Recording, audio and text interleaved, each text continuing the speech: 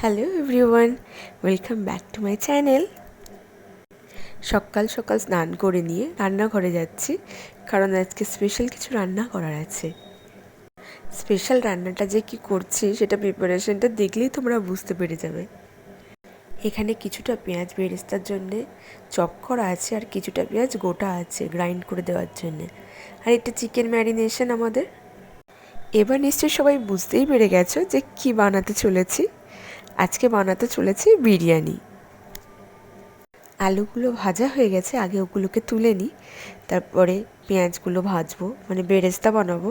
আর তারপরে এই যে চিকেনটা আমি রান্না বসিয়ে দিয়েছি।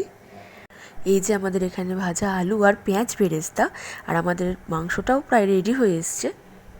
এবার আমরা সব কিছু লেয়ারিং করে হাঁড়িতে দমে বসাবো। দেখো বিরিয়ানি এখানে আমাদের রেডি, আমরা খাওয়াও স্টার্ট করে দিয়েছি, অলমোস্ট খাওয়া হয়েও এসেছে। এখানে রিভিউ নেওয়ার জন্য ভিডিও করছিলাম, বলছিল খুব ভালো হয়েছে। ডিটেল কোনো রেসিপি আমি এখানে শেয়ার করিনি, কারণ বিরিয়ানি এখন মোটামুটি সবাই বানাতে পারে। বিরিয়ানিটা সত্যি খেতে খুব ভালো হয়েছিল, সবাই খুব মজা করেই খেয়েছে। চলো আজকের ভিডিওটা তাহলে এখানেই শেষ করি। Bye bye.